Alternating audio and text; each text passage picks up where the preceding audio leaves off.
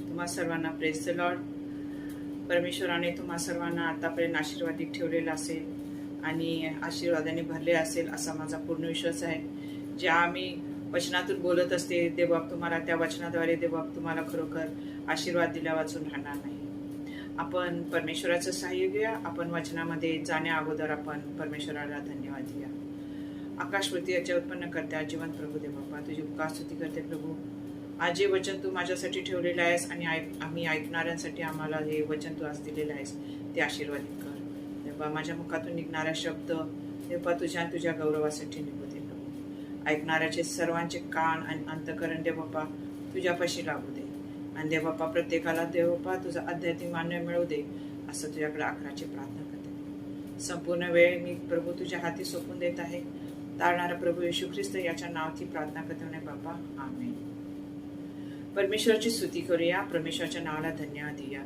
आपण एक वचन आज म्हणण्यासाठी घेणार आहोत ते म्हणजे परमेश्वराची योजना काय आहे आणि ती योजना कुणासाठी आहे हे आज आपण पाहणार आहोत.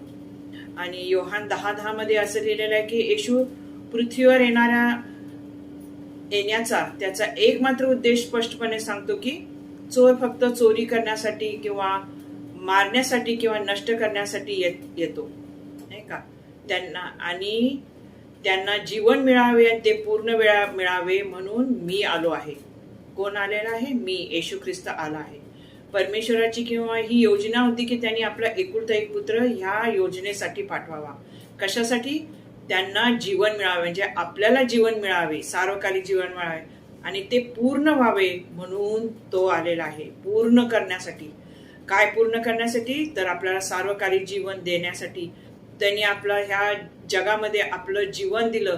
त्यांनी आपल्या ह्या जगामध्ये त्यांनी मरण पत्करलं, वधस्तंभावरचं मरण पत्करलं आणि त्यांनी आपल्यासाठी पापासाठी त्यांनी आपलं रक्त सांडलं पाप क्षमेसाठी. आणि त्यांनी परत तो आपल्या पित्याजवळ गेलेला आहे यासाठी की आपल्याला सार्वकालिक जीवन मिळावं आणि आपल्याला पवित्र आत्मा मिळावा. आणि ही एक परमेश्वराची योजना होती आणि त्या योजनेसाठी येशू ख्रिस्त या जगात आला. वधस्तंभावरील येशूचा मृत्यू म्हणजे आपण केलेल्या पापासाठी केलेलं बलिदान आणि त्याच्याद्वारे काय? क्षमा. येशूचे पुनरुत्थान आपल्यासाठी नवीन जन्म होण्याची एक संधी आहे. काय आहे? एक संधी उघडते किंवा येशूचे पुनरुत्थान आपल्यासाठी एक नवीन सुरुवात असते आणि नवीन जीवनाची आणखीन एक संधी देतो परमेश्वर. कशामध्ये? पुनर्जन्मामध्ये किंवा नवीन जन्म होण्याची ही संधी देतो आहे. योहान 3:5 मध्ये म्हटलेलं आहे, मी तुला खचित सांगतो पाण्यापासून व आत्म्यापासून जन्माला वाचून कोणालाही देवाच्या राज्यात प्रवेश करता येत नाही. आपण हे वचन 3 आणि योहानाच्या 3ऱ्या अध्यायामध्ये पाहू शकता. निकोदेमस ह्या मनुष्याला हे वचन सांगितलेलं आहे आणि ज्याच्याकडे सर्व आहे आणि येशू त्याला म्हणाला काय? तुला पुन्हा जन्म घ्यावा लागेल. तुला वैयक्तिक सांगितलंय. आज येशू ख्रिस्त आपल्याला पण ते सांगायचं आहे, तुला पुनर्जन्म घ्यावा लागणार आहे. तुला नवीन जीवन जगायचं आहे. तुला नवीन जीवनाची मी संधी देत आहे आणि तू ते प्राप्त कर, तू ते घे. आणि यासाठी की तुला देवाच्या राज्यात प्रवेश मिळावा ह्यासाठी. आणि ही वाक्य येशू ख्रिस्ताने निकोदेमाला सांगितलेलं आहे. काय? मी तुला खचित सांगतो पाण्या वाचून आत्म्या वाचून जन्माला असून कोणालाही देवाच्या राज्यात प्रवेश करता येत नाही. आपल्याला आईच्या उदरात परत जाता येतं का? नाही. दुसऱ्यांदा जन्म हे केवळ जवळजवळ अकल्पनीय किंवा आपण कल्पना देखील करू शकत नाही की आपण परत आपल्या आईच्या उदरात परत जाऊ शकतो म्हणून.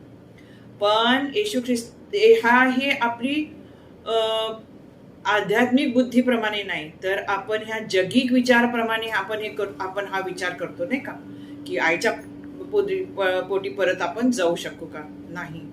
आणि रात्रीपेक्षा प्रकाश चांगला. आपल्याला पाहण्यासाठी फक्त येशू प्रकाशच देऊ शकतो आणि त्यामध्येच आपण चालू शकतो. निकोदेमसने येशूवर पूर्ण विश्वास केव्हा ठेवला आपल्याला हे निश्चित माहिती नाही, परंतु आम्हाला माहित आहे की तो रात्री येशूला भेटायला गेलेला आहे आणि त्याचं संपूर्ण जीवन बदललेलं आहे. आणि ह्या आपण या योहानाच्या 3ऱ्या अध्यायामध्ये आणि 5व्या वचनावर आपण आज विशेष मनन करणार आहोत. निकोदेमस त्याच्या जीवनात आणखीन काहीतरी असायला पाहिजे होतं. त्याच्या मनात एक रुखरुख होती की मला अजून काहीतरी पाहिजे, अजून मला काहीतरी मिळवायचं आहे आणि काहीतरी कमी आहे असं त्याला सारखं वाटत असणार आणि ते महान सत्य शोधण्यासाठी जायला पाहिजे अशी त्याची भावना होती. आणि तो काय केला, त्यांनी रात्री गुप्तपणे येशू ख्रिस्ताला भेटायला गेला, कारण त्याला शंका होती की हा तरुण शिक्षक देवाने इस्रायलला वचन दिलेला हा मेसिया असणार म्हणून. आणि हे त्याच्या मनात रुखरुख होती आणि त्यासाठी निकोदेमस काय झालेला आहे, हा रात्री गेलेला येशू ख्रिस्ताला भेटायला. आणि आपण निकोदेमसवर थोडस आपण विशेष आपण थोडस पाहणार आहोत की निकोदेमस कोण होता. निकोदेमस हा एक श्रीमंत मनुष्य होता. तो प्रमुख परुषी आणि न्यायसभेचा हा प्रमुख सदस्य होता. यहुदी लोकांचा सुप्रसिद्ध धार्मिक शिक्षक होता. तो प्राचीन इस्रायलमधील सर्वोच्च न्यायसभेचा काय होता, तो सदस्य देखील होता. आणि निकोदेमसची कथा आणि येशू बद्दलचा त्याचा संबंध या पवित्र शास्त्रामध्ये 3 ठिकाणी आलेला आहे. तो फक्त योहानाच्या शुभवर्तमानमध्ये आणि त्याच्याबद्दल फक्त योहानामध्येच योहानाने निकोदेमस बद्दल लिहिलेला आहे. आणि तो उल्लेख आढळतो योहानाच्या 3ऱ्या अध्यायात, आता आपण वाचलं 1 ते 21 मध्ये, आणि योहानाचा 7व्या अध्यायामध्ये आणि 50 ते 52 मध्ये लिहिलेला आहे. आणि शेवटी योहानाचा 19वा अध्याय 38 ते 42 या 3 ठिकाणी निकोदेमसचा उल्लेख केलेला आहे. आणि याबद्दल फक्त योहानामध्येच फक्त लिहिलेला आहे या शुभवर्तमानामध्ये. आणि हा परुषी आणि ह्याचा व्यवसाय काय होता, हा परुषी होता आणि हा न्यायसभेचा सदस्य होता. तो यहुदी लोकांचा शिक्षक होता. तो त्याला संपूर्ण जुना करार त्याला माहित होता. आणि असा हा निकोदेमस होता. त्याचं निकोदेमसकडे काय होतं, एक तो ज्ञानी होता आणि जिज्ञासू होता. त्याचं मन जिज्ञासू होतं की आपण काहीतरी शोधलं पाहिजे, आपल्याला कमी वाटतंय हे शोधण्याचा त्याचा एक गुण होता. आणि तो ज्ञानी होता कारण तो एक शिक्षक होता. त्याला संपूर्ण शास्त्र जुना करार माहित होता. आणि तो परुषांच्या कायदेशीरपणावर समाधानी नव्हता. म्हणजे परुषांची जी एक त्यांचं हे होती की ज्ञान होतं किंवा त्यांचा एक लॉ होता किंवा त्यांचा एक नियम होता, त्यावर तो समाधानी नव्हता. आणि सत्याची त्याला तीव्र काय होती, भूक होती. आणि त्याच्या त्या भुकेमुळे काय झालं, त्याच्या त्या उगम कुठं आहे ह्या सत्याचा ते शोधण्याचं धैर्य त्यांनी केलेलं आहे. आणि एकदा निकोदेमसने मसीहाला ओळखले की तो येशूला सन्मानाने दफन करण्यासाठी आणि न्यायसभेशी आणि परुषीची अवहेलना करण्यास तयार झालेला आहे. आणि तो ह्या आपण योहानाच्या अध्यायामध्ये आपण त्याच्याबद्दल हे जास्त पाहू शकतो. आणि त्याचा एक कमकुवतपणा होता की तो सुरुवातीला इतरांना काय वाटेल ह्या भीतीने निकोदेमसने दिवसाऐवजी रात्री येशूला शोधण्यासाठी गेलेला आहे. आणि दिवसापासून त्यांनी स्वतःला येशूला शोधण्यासाठी आणि रोखले. येशू ख्रिस्त हा सभेमध्ये आणि लोकांना बरं करत होता, आजारांना बरं करत होता, मेलेल्यांना उठवत होता. हे सगळं हे निकोदेमस पाहत होता, ऐकत होता. आणि पण येशूला शोधायला तो सकाळी त्यासाठी गेला नाही, कारण त्याला यहुदी लोकांची भीती होती. कारण तो यहुदी आणि न्यायालयाचा तो एक भाग होता तो त्या ठिकाणी. यासाठी ह्या लोकांपासून तो लांब राहण्यासाठी आणि त्यांना न काढण्यासाठी तो रात्री गेलेला आहे. आणि निकोदेमस मग आपल्याला काय सांग, निकोदेमस बद्दल काय असं जास्त आहे किंवा आपण काय माहिती काढून घेऊ शकतो. निकोदेमस पहिल्यांदा उल्लेख योहान 3 मध्ये दिसून येतो, जेव्हा तो रात्री येशूला भेटायला गेला. आणि त्या संध्याकाळी निकोदेमसला येशूकडे शिकायला मिळाले की त्याचा पुनर्जन्म झाला पाहिजे. आणि खरोखर त्याचा पुनर्जन्म झालेला आहे. मग वधस्तंभात चढवण्याच्या वेळी सुमारे 6 महिने अगोदर मुख्य याजक आणि परुषी यांनी येशूला फसवणुकीपासून अटक करण्याचा प्रयत्न केला, फसवणुकीसाठी. आणि निकोदेमसने त्यामध्ये निषेध केला. आपण योहानाच्या 7व्या अध्यायात आणि 50 ते 52 मध्ये पाहू शकतो. निषेध केला. आणि तिसऱ्यांदा येशूच्या मृत्यूनंतर निकोदेमसने आणि त्याचा मित्र योसेफ अरिमथिया या दोघांनी मिळून, म्हणजे हे दोघं सरकारी सदस्य होते, त्यांनी काय केलं, निकोदेमसनी वधस्तंभावर खिळलेल्या येशू ख्रिस्ताला, आपल्या तारणकर्त्याला, त्याच्या शरीराची प्रेमाने काळजी घेतली आणि त्याला मसाले लावले. अत्यंत महागडे असे मसाले होते. पवित्र शास्त्रामध्ये लिहिलेलं आहे की इंग्लिशमध्ये असं लिहिलं की 100 पाउंड्स, म्हणजे इतकं त्या काळातलं ते महाग असं ते मसाले होते की ते त्यांनी येशू ख्रिस्ताला मृत्यूनंतर लावण्यासाठी आणलेले आहेत आणि त्याला एकदम प्रेमाने या दोघांनी योसेफ अरिमथिया आणि निकोदेमसने कबरेमध्ये येशूला ठेवलेला आहे. असा हा निकोदेमस होता. मग आता निकोदेमस कशाला रात्री आला आणि आपण त्याच्यात थोडंसं अजून बघणार आहे. निकोदेमस हुशार होता, चौकशी करणारा होता. जेव्हा त्याने येशूच्या सेवेबद्दल ऐकलं तो प्रभूने उपदेश करत असलेल्या शब्दामुळे काय झालेला होता, तो अस्वस्थ झाला होता. अंतःकरण त्याचं अस्वस्थ होतं. तो गोंधळून गेला होता की हे काय हे कसं काय.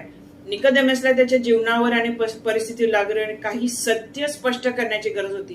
पुष्कळ अशा गोष्टी होत्या की त्याला त्या माहीत पाहिजे होत्या की सत्य काय आहे आणि हे सांगणारा हा जो मसीहा आलेला आहे हाच आपल्याला तो सांगणार आहे. आणि म्हणून त्याने येशूला शोधण्यासाठी आणि प्रश्न विचारण्यासाठी मोठ्या धैर्याने त्याला आणि भेटण्यासाठी तो रात्री गेला आणि त्याला थेट परमेश्वराच्या मुखातून त्याला हे सत्य मिळवायचं होतं. त्याला ते सत्य मिळालं आणि तो एकदम आनंदित झाला. तो जे त्याला पाहिजे होतं ते सर्व त्यांनी त्याच्या मनातले जे प्रश्न होते ते येशू ख्रिस्तासमोर ठेवले आणि ते प्रश्न येशू ख्रिस्ताने त्याचे सगळ्या प्रश्नाची उत्तरं दिलेली आहेत. त्या ठिकाणी निकोदेमसला सत्य सापडेपर्यंत अस्वस्थ बसणारा नव्हता. तो स्वस्थ बसणारा होता का नाही. त्यांनी त्याला समजून घ्यायचं होतं आणि येशूकडून त्याला ते उत्तर त्याला पाहिजे होतं आणि हे त्याला माहित होतं आणि तोच उत्तर देणारा होता. त्याने प्रथम येशूला शोधले. तेव्हा निकोदेमस रात्री गेला जेणेकरून त्याला कोणीही पाहू नये म्हणून. आणि तो दिवसाढवळ्या येशूशी बोलला तर काय होईल याची त्याला काय होती, भीती वाटत होती.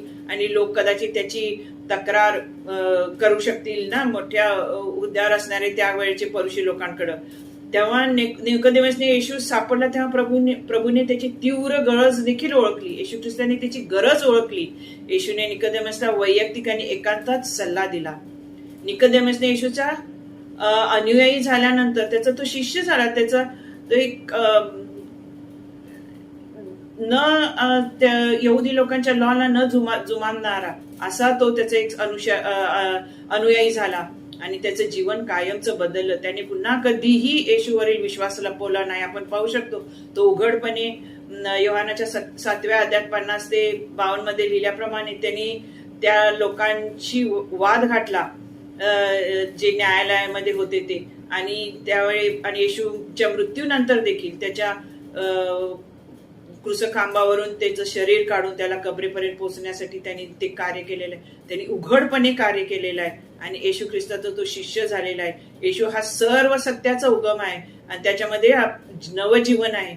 आणि निकोदेमस प्रमाणे आपणही कधी विसरता कामा नये की आपल्या पापांची क्षमा आहे. आपल्याला पापांची क्षमा मिळणार आहे आणि आपल्याला क्षमा मिळालेही आहे. आणि आपल्यासाठी ख्रिस्ताच्या बलिदानामुळे आपल्याला अनंत काळचे जीवन मिळालेलं आहे. आणि निकोदेमस हा सर्वांसाठी एक विश्वास आणि धैर्याचा नमुना आहे.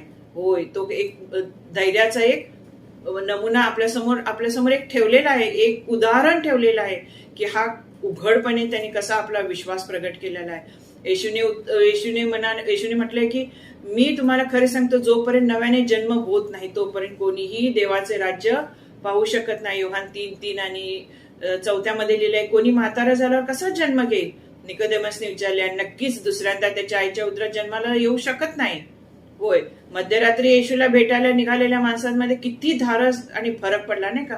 तो स्पष्टपणे धैर्याने येशूच्या अनुयायापैकी शिष्यापैकी एक म्हणून दिवसाढवळ्या स्वतःची तो ओळख करून देतो. आणि हीच पुनर्जन्माची व्याख्या आहे. त्याची रात्र काय होती, उजेडात बदलली. उजेडामध्ये म्हणजे परमेश्वर येशू ख्रिस्तामध्ये. कारण येशू ख्रिस्त काय आहे, प्रकाश आहे नाही का. Jesus Christ is a light आहे, प्रकाश आहे. आणि त्या प्रकाशामध्ये त्यांनी त्याचं जीवन बदललं आहे. प्रकाशामध्ये जीवन बदललेलं आहे. आणि ह्या ठिकाणी काय लिहिलेलं आहे, नव्याने जन्म. नव्याने म्हणजे तुमच्या अंतःकरणाचं नवीनीकरण झालं पाहिजे. अंतःकरणामध्ये असलेल्या सगळ्या जुन्या गोष्टी काढून टाकल्या पाहिजे, जुने विचार काढून टाकले पाहिजे, जगी गोष्टी काढून टाकल्या पाहिजे. तर तुमचं नवीन अंतःकरण, जे अंतःकरण तुम्ही प्रभूला देऊ शकता, त्या अंतःकरणामध्ये प्रभू राहू शकतो. ते अंतःकरणामध्ये तुमच्या अंतःकरणाचं नवीनीकरण या देवाच्या वचनाने धुतलं पाहिजे. या वचनाने आपल्याला संपूर्ण अंतःकरण, आपलं मन, आमचे विचार धुतले पाहिजेत. आणि त्यामध्येच आपला नवीन जन्म आहे. आणि नवीन जन्माला वाचून आपण कधीही देवाचं राज्य पाहू शकणार नाही. म्हणजेच काय, आपलं जीवन, आपलं नवीनीकरण झालं पाहिजे, आपला पुनर्जन्म झाला पाहिजे, आपल्या संपूर्ण विचाराचा, आपल्या संपूर्ण अंतःकरणाचा, संपूर्ण जुनं सगळ्या गोष्टी, विचार, जगी गोष्टी सगळ्या टाकून दिल्या पाहिजे. आणि वचन म्हणतं ना की पहा, हे नवे ते जुने ते होऊन गेले, पहा सर्व नवे झाले. या ठिकाणी निकोदेमसच्या जीवनामध्ये देखील हेच झालेलं आहे. त्यांनी सर्व जुनं टाकून दिले आणि परमेश्वराच्या वचनामध्ये, परमेश्वराच्या प्रकाशामध्ये तो चाललेला आहे आणि धैर्याने चाललेला आहे. तो त्याचं जिवंत असं उदाहरण आहे. मार्काच्या 10 आणि 24 मध्ये येशू त्याच्या शिष्यांना, मुलांनो, देवाच्या राज्यात प्रवेश करणे किती कठीण आहे. कठीण आहे म्हटलेलं आहे. का म्हटलेलं आहे कठीण? कारण आपल्यामध्ये जे आपल्याला चिटकून राहिलेल्या ह्या ज्या जगी गोष्टी आहेत त्या आपण काढून टाकायला खूप कठीण आहे. ह्या गोष्टी सगळ्या देऊन टाकायला, जगी गोष्टी काढून टाकायला खूप कठीण आहे. आणि त्यासाठी तो काय म्हणतो, येशू ख्रिस्त, देवाच्या राज्यात प्रवेश करणं किती कठीण आहे. कितीतरी लोकांना असं आहे की शास्त्रामध्ये लिहिलंय की तो श्रीमंत मुलगा आला होता आणि मी सगळं जुने लॉ, सगळे मी हे नियम पाळतो, तर मी तुझ्या, देवबाप काय म्हणाले, हे सगळं सोड आणि तू माझ्या मागे. पण तो गेला का? नाही. कारण त्याच्याकडे भरपूर, तो श्रीमंत होता, श्रीमंती होती, त्याच्याकडे सगळ्या जगी गोष्टी होत्या, त्या सोडायला तो तयार नव्हता. त्याला सार्वकालिक किंवा देवाच्या राज्यात प्रवेश मिळाला असेल का? आज विचार करण्यासारखी गोष्ट आहे. तुमची आणि माझी देखील, आपण देखील जगी गोष्टीमध्ये आपण इतकं रमलेलं आहे की त्या सोडायला कधी कधी आपलं कठीण जातं. पण देवबाप काय म्हणतो, ह्या सगळ्या जर तुम्ही सोडल्या तरच तुम्ही देवाच्या राज्यात प्रवेश करणं तुम्हाला प्रवेश करता येईल. येशूला माहित आहे की निकोदेमस हे सर्वात कठीण आव्हान आहे. निकोदेमसला हे सर्वात कठीण आव्हान आहे. त्याला पुन्हा जन्म घेण्याचं आव्हान करून येशूने या सर्वात धार्मिक यहुदीला आव्हान दिले की त्याने त्याचे आध्यात्मिक जी गोष्टी आहेत, आध्यात्मिक, त्या कबूल कराव्या आणि तारणासाठी तो त्यावर विश्वास ठेवत होता. त्या सर्व गोष्टीचा त्यांनी जुन्या गोष्टीवर त्यांनी जो तारण ज्या प्रकारे आहे ते त्यांनी सोडून त्यांनी ह्या नवीन गोष्टी आध्यात्मिक त्यांनी स्वीकारल्या पाहिजे, नवीन जीवन घेतलं पाहिजे. हे त्याचा येशू ख्रिस्ताचा उद्देश होता निकोदेमसला सांगण्याचा की तू ह्या जुने लॉ आहेत, की जुने नियम आहेत, त्या नियमाद्वारे तुझं तारण आहे का? नाही. तुला तारण कसं आहे? येशू ख्रिस्तावर विश्वास ठेव, म्हणजे तुझे आणि तुझ्या घराण्याचं तारण होईल. आणि ह्या गोष्टीवर त्यावेळी निकोदेमसने आज विश्वास ठेवलाय आणि तोच विश्वास आज आपण देखील ठेवला पाहिजे. निकोदेमसने येशूची भेट झाल्यावर लगेच बायबलमध्ये सर्वात प्रसिद्ध वचन येतं कोणतं? योहान 3:16 आणि 17. काय म्हटलं? कारण देवाने जगावर एवढी प्रीती केली की त्याने आपला एकुलता एक पुत्र दिला, जेणेकरून जो कोणी त्यावर विश्वास ठेवतो त्याला अनंत काळचे किंवा सार्वकालचे जीवन मिळेल. कारण देवाने आपल्या पुत्राला जगाला दोष ठरविण्यासाठी जगात पाठवले नाही, तर त्याच्याद्वारे जगाचं तारण व्हावं म्हणून पाठवलेलं आहे. येशू ख्रिस्त आपल्याला कशासाठी आलेला आहे? आपलं तारण व्हावं, आपल्याला सार्वकालिक जीवन मिळावं, अनंतकाळचं जीवन मिळावं, आपण त्याच्या स्वर्गीय राज्यात आपण प्रवेश करावा, हा त्याचा उद्देश होता. आणि ह्यासाठी परमेश्वराने आपला एकुलता एक पुत्र यासाठी पाठवलेला आहे. आणि जर आम्हाला नवीन जीवन मिळाले तर आमचे जीवन कसे असेल? येशूसाठी आपले जीवन उघडून आम्ही खऱ्या चिरस्थायी बदलाला आमंत्रण देत आहोत का? आपण कायमचं आपलं जीवन बदललं आहे का? त्यासाठी त्या बदलाला आपण आमंत्रण देत आहोत का?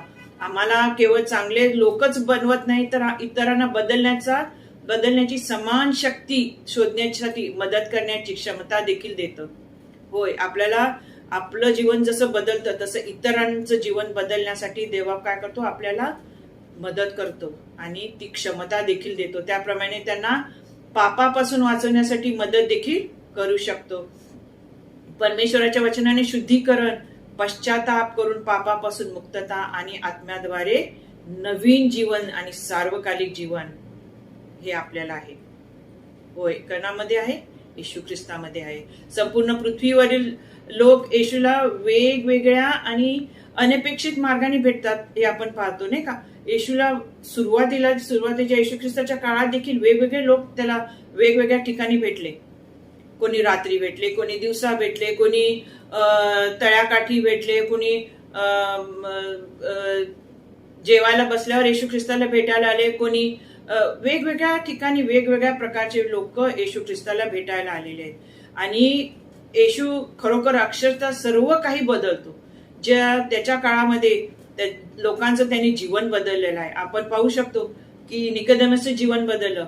त्यानंतर ती महागडं तेल घेऊन आलेली होती जी स्त्रीनं येशू ख्रिस्ताचे पाय पुसले, केसाने अश्रूने धुतले, त्या स्त्रीचं तारण झालं. तिचं जीवन बदललेलं आहे. आणि कितीतरी असे लोक आहेत की त्या लोकांचं येशू ख्रिस्ताने जीवन बदललंय आणि ते तारणामध्ये आलेले आहेत. आणि ह्या लोकांचं असे हरवलेले लोक होते हे, आणि ते येशू ख्रिस्तानी त्यांचा शोध घेतला आणि त्यांना वाचवलेला आहे. आणि अजूनही लोकांना नवीन जीवनाची आणि पुनर्जीवनाची नवजीवनाची देवबाप काय करत आहे? परमेश्वर आपल्याला संधी देत आहे.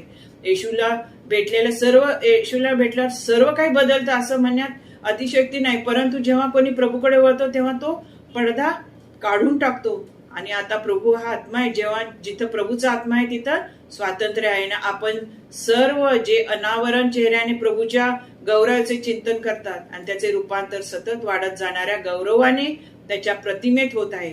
जो आत्मा आहे जो प्रभूकडून येतो. आपण वाचू शकतो हे वचन करंथीकराच्या दुसरे करंथीचा अध्याय तिसरा अध्याय 16 ते 18 मध्ये हे लिहिलेलं आहे. ज्यांना त्याची नितांत गरज आहे, ज्यांना खरोखरच येशू ख्रिस्ताला पाहायचं आहे, शोधायचं आहे आणि त्याची गरज आहे, अशा लोकांपर्यंत येशू आशा, परिवर्तन आणि तारण कसे वाढवतो ते बघू शकतो आपण. आणि ते मिळू देखील शकतं. आणि तुम्हालाही क्षमा कसा देतो आणि मलाही देतो ते आपण हे वचनाद्वारे पाहू शकतो. ख्रिस्ताच्या ज्ञानाने त्याच्या अभिवचनाचे आश्वासन मिळते. जे प्रत्येक जण विश्वास ठेवतो त्याला सार्वकालिक जीवन मिळावे. जो प्रत्येक जण विश्वास ठेवतो त्याला त्याच्यामध्ये म्हणजे कुणामध्ये? येशू ख्रिस्तामध्ये सार्वकालिक जीवन मिळावे. योहान 3:15 मध्ये लिहिलेलं आहे. म्हणून येशूकडे जा आणि येशूकडे या. तो तुम्हाला दूर करणार नाही आणि आपल्या अंतःकरणाचा त्याने आधीच पराभव केलेला आहे. आपल्या पापावर विजय मिळवलेला आहे. त्यांनी मृत्यूवर विजय मिळवलेला आहे. त्यांनी सार्वकालिक जीवन त्याद्वारे आपल्याला देव केलेलं आहे. पापक्षमा देव केलेला आहे. विहिरीजवळ असलेल्या शंभरोनी स्त्रीचे तुम्हाला उदाहरण माहित आहे. येशूने धीराने समजावून सांगितले की असल खरोखरची उपासना हृदयाच्या हेतूवर केंद्रित आहे. त्या डोंगरावर नाही किंवा कोणत्या एका ठिकाणी जाऊन तुम्ही परमेश्वराची उपासना करू शकत नाही. अशी कोणतीही जागा नाही या जगात. ज्या ठिकाणी तुम्ही आहात त्या ठिकाणीच तुम्ही परमेश्वराची आराधना आणि उपासना करू शकता. त्याने तिच्याशी वाद घातला नाही. त्याने तिचं सगळं ऐकलं. तिच्या मनातला असलेला सगळा गुंता सोडवला. तिचं हृदय इतकं ढळून निघाले होते की तिनं येशूला हे शब्द उच्चारले, मला माहित आहे की मसीहा म्हणजे ख्रिस्त म्हणतात तो हाच आहे. तेव्हा तो येईल तेव्हा तो आपल्याला सर्व काही समजून सांगेल. योहान 4:4 अध्यायात आणि 25व्या वचनात पाहू शकता. मग येशूने एक साध्या वाक्याने त्या शंभरोनी स्त्रीचं आयुष्य कायम बदललं. मी जो आहे तो तुझ्याशी बोलतो तोच मी आहे. मीच कोण आहे? तोच आहे जो तुम्ही येणार म्हणून जो तुम्ही वाट पाहतात मसीहाची, तोच आहे मी जो तुझ्याशी बोलत आहे. पहा किती आश्चर्य नाही का? ती मसीहाच्या येण्याची वाट पाहत होती ही शंभरोनी स्त्री आणि तो फक्त तिच्यासाठी शंभरोनात आला. त्याने एक अप्रतिष्ठित स्त्रीला आदराने वागवले आणि शेकडो वर्षाचा वर्णद्वेष आणि हीनता नाहीशी झाली. आणि ही स्त्री आणि ह्या स्त्रीच्या द्वारे संपूर्ण ते शंभरोन गाव काय झालं? त्या येशू ख्रिस्ताच्या मागे चाललं. येशू ख्रिस्त त्या गावातल्या लोकांना तारण मिळालं. देवाच्या प्रेमाच्या सामर्थ्याला कधीही कमी लेखू नका. लोक पुनर्जन्म घेतात तेव्हा ते देवाकडून बिनशर्त प्रेम अनुभवतात. जेव्हा ते आत्मनीतिमान धार्मिक तज्ञ यांना बायबलमध्ये जे असतात त्यांना देखील हा अनुभव येत नाही. अतिशय जे बायबलमध्ये असतात काही लोक असे की त्यांना ह्या बायबल मधलं किंवा पवित्र शास्त्रामधलं सगळं माहिती आहे. पण जेव्हा लोक येशूला पाहतात की तो खरोखर कोण आहे आणि तो एक माणूस जो दिवसा किंवा भर दुपारी एका शंभरो स्त्रीला बोलत असतो आणि तिला देवासमोर काय आहे, ती कोण आहे हे दाखवण्यासाठी सर्व गोष्टी तो झुगारतो. मी तो यहुदी आहे हे देखील तो हे करतो आणि तो त्या शंभरोनी स्त्रीच्या समोर जातोय नाही का. तेव्हा सुवार्थेसाठी अंतःकरण उघडतं आणि जितकं आपण लीन नीन नम्र होऊ तेवढा परमेश्वर आपल्याला उंचावतो. आणि परमेश्वराने तिला वचनाद्वारे काय धुतलेलं आहे. तो म्हणाला मीच जिवंत पाणी आहे, मीच वचन आहे, माझ्याद्वारे तुला मी वचनाद्वारे तुम्ही हे धुतले पाहिजे. तुमच्या वचनाद्वारे तुमचा बाप्तिस्मा झाला पाहिजे. रक्ताद्वारे तुम्हाला पापक्षमा आहे आणि वचनाद्वारे पाणी म्हणजे वचनाद्वारे तुम्हाला धुतलं जातं. तुम्ही संपूर्ण तुमचं सगळं जुनं निघून जातं. आपण अंदाज केला आहे शंभरोनी स्त्रीच्या जागेवरच तिचा काय झालंय, पुनर्जन्म झालेला आहे, नवीन जन्म झालेला आहे, नूतनीकरण झालेलं आहे. तिनं मसिया म्हणून येशूवर विश्वास ठेवला. ती क्षणार्धात बदलली. कोणी तिच्याबद्दल काय विचार करेल किंवा तिला काही पर्वा नव्हती. येशूने त्याबद्दल सर्वांना सांगावे लागले. तिला येशूबद्दल तिने सर्वांना सांगितलेलं आहे. तिच्या धाडसीपणामुळे अनेकांचा काय झालं, त्या ठिकाणी उद्धार झाला. योहान 4:39 मध्ये म्हणतं की त्या गावातील पुष्कळ लोक शंभरोनी लोकांनी त्याच्यावर विश्वास ठेवला, कारण त्या स्त्रीच्या साक्षीमुळं मी जे काही केले ते सर्व त्याने मला सांगितले. याच्यावर विश्वास ठेवून त्या गावातल्या लोकांचा काय झालेला आहे, नवजीवन मिळाले त्यांना, त्यांचं तारण झालंय आणि त्यांचा उद्धार झालेला आहे. निकोदेमसने त्या रात्री येशूच्या गुप्त भेटीचा त्याच्या जीवनात परिणाम झाला आणि त्याचं देखील पुनर्जन्म झालेला आहे. नुसतं वचनानी धुतलं पाहिजे तुम्ही, वचनानी परमेश्वराच्या वचनानी तुमचं काय झालं पाहिजे, नवजीवन झालं पाहिजे.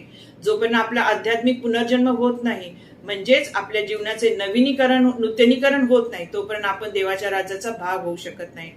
ज्या अवाक्या बाहेरच्या अशक्य गोष्टी आहेत किंवा ज्यांचा फक्त विचार करू शकतो देव, त्यांना बदलू शकतो. फक्त देवच त्या विचारांना आणि अशा अवाक्या बाहेरच्या जे अशक्य गोष्टी आहेत तोच बदलू शकतो. आणि देव धीराने वाट पाहणार आहे. आपली इच्छा असेल तर देव आपला उपयोग त्याच्या राज्यासाठी करू शकतो. आणि आपण आज काय घेतलेलं आहे, निकोदेमस सारखं, ज्याचा पाण्याने बाप्तिस्मा येशू ख्रिस्ताने केलेला आहे, वचनानी, त्याच्या पवित्र आत्म्याने त्याचा बाप्तिस्मा, वचनानी. तो जोपर्यंत येशू ख्रिस्त होता तोपर्यंत पवित्र आत्मा आलेला नव्हता नाही का, पण येशू ख्रिस्ताने त्याचा बाप्तिस्मा कशाने, वचनानी झालेला आहे. आणि निकोदेमसची लोकांना फारच कमी माहिती आहे, परंतु त्याच्या जीवनावर येशूचा महत्वपूर्ण प्रभाव पडलेला आहे. स्वतः आधी शिकलेला उत्तम शिक्षक असतानाही तो येशू ख्रिस्ताकडे शिकायला आलेला आहे, अजून त्याचं ज्ञान वाढवायला आलेलं आहे. मसिहाबद्दल किंवा येशू ख्रिस्ताबद्दल वैयक्तिक नातेसंबंध ठेवण्याची त्याची येशू सोबतची भेट ही एक महत्वपूर्ण प्रतिमा आहे. तो उच्च परिषदेचा सदस्य असल्यामुळे त्याने त्याच्या एका सहायकाला देखील येशूला भेटायला पाठवलं असतं, पण तो वैयक्तिकरित्या येशूला भेटायला आलेला आहे. त्याला स्वतःसाठी येशूचं परीक्षण करायचं होतं, माहिती करून घ्यायची होती. निकोदेमसला येशूचा संदेश असा होता की तारण हे देवाचं कार्य आहे आणि मनुष्याचं कार्य नाही. तारण वरून येते आणि त्यात मानवी निवड आणि मानवी इच्छा समाविष्ट असते. हे लक्षात घेणं देखील महत्वाचं आहे की योहान 3:6 मध्ये येशू शिकवतं की आध्यात्मिक जीवन आणि अनंत काळचे जीवन हे आत्म्याचे कार्य आहे, होय, मनुष्याचं कार्य नाही आहे. परंतु या उतार्याचा संदेश असा आहे की जर तुमचा ख्रिस्तावर विश्वास असेल आणि ख्रिस्ती व्हायचा असेल तर तुम्ही विश्वास ठेवा. कुणावर? येशू ख्रिस्तावर, की देवाने तुम्हाला वरून जन्म दिला आहे, त्याने तुम्हाला निवडलेला आहे. आणि योहान 3:16 हे वचन सर्वांसाठी वचन आहे आणि विश्वसनीय वचन आहे. आणि योहान 3:5 व्याख्या इतर उतार्यातील बायबल संबंधी किंवा पवित्र शास्त्रामधल्या शिकवणीशी पूर्णपणे सुसंगत आहे. शाश्वत तारण हे बाप्तिस्म्यासारख्या आणि धार्मिकेच्या कृतीद्वारे नाही, तर केवळ येशू ख्रिस्तावरील विश्वासाद्वारे आणि देवाच्या कृपेने होते. जर आपण हे वाचू शकतो रोमकराच्या 4 अध्यायात 4 ते 16 किंवा 21 दुसरा अध्यायात 8 ते 9 किंवा तिताच्या पत्रामध्ये 3रा अध्यायात आणि 5 ते 7 मध्ये निकोदेमस प्रमाणे जोपर्यंत आपले परिवर्तन होत नाही तोपर्यंत येशू आपला पाठलाग करणं थांबवणार नाही. आध्यात्मिक जन्माद्वारे देवाच्या राज्यात प्रवेश करण्याची पूर्ण आवश्यकता आहे. आपण आध्यात्मिक प्रगती करत असताना आपण एक धाडसी पाऊल उचलावं अशी परमेश्वराची इच्छा आहे. येशू आपली पार्श्वभूमी, आपली वागणूक, आपण यहुदी आहोत या आधारावर भेदभाव करत नाही. आपण जिथे आहोत तिथे तो येतो. तो आमच्याशी संबंध ठेवण्यास घाबरत नाही. जेव्हा इतर आम्हाला टाळतात तेव्हा तो आमच्यापर्यंत पोहोचतो. जेव्हा आपण पाहतो की तो खरोखर कोण आहे, तेव्हा आपण आपले आपोआप इतके खोलवर बदलतो आपलं जीवन, की ज्या व्यक्तीने आपल्याला बदलले आहे ते त्याच्याशी कसे भेटू शकतात त्याबद्दल आम्हाला सर्व लोकांना सांगायचं आहे. होय, आपण इतरांना ही गोष्ट सांगायची आहे की येशू कोण आहे. येशूने माझं जीवन कसं बदललेलं आहे. त्याच्या वचनाद्वारे माझं काय झालेलं आहे, नवं जीवन झालेलं आहे. त्याच्या वचनाने माझं बाप्तिस्मा झालेला आहे. माझं नवीन जीवन मिळालं आहे, पुनर्जीवन झालेलं आहे. हे आपण इतरांना सांगितलं पाहिजे. आणि या वचनाद्वारे देव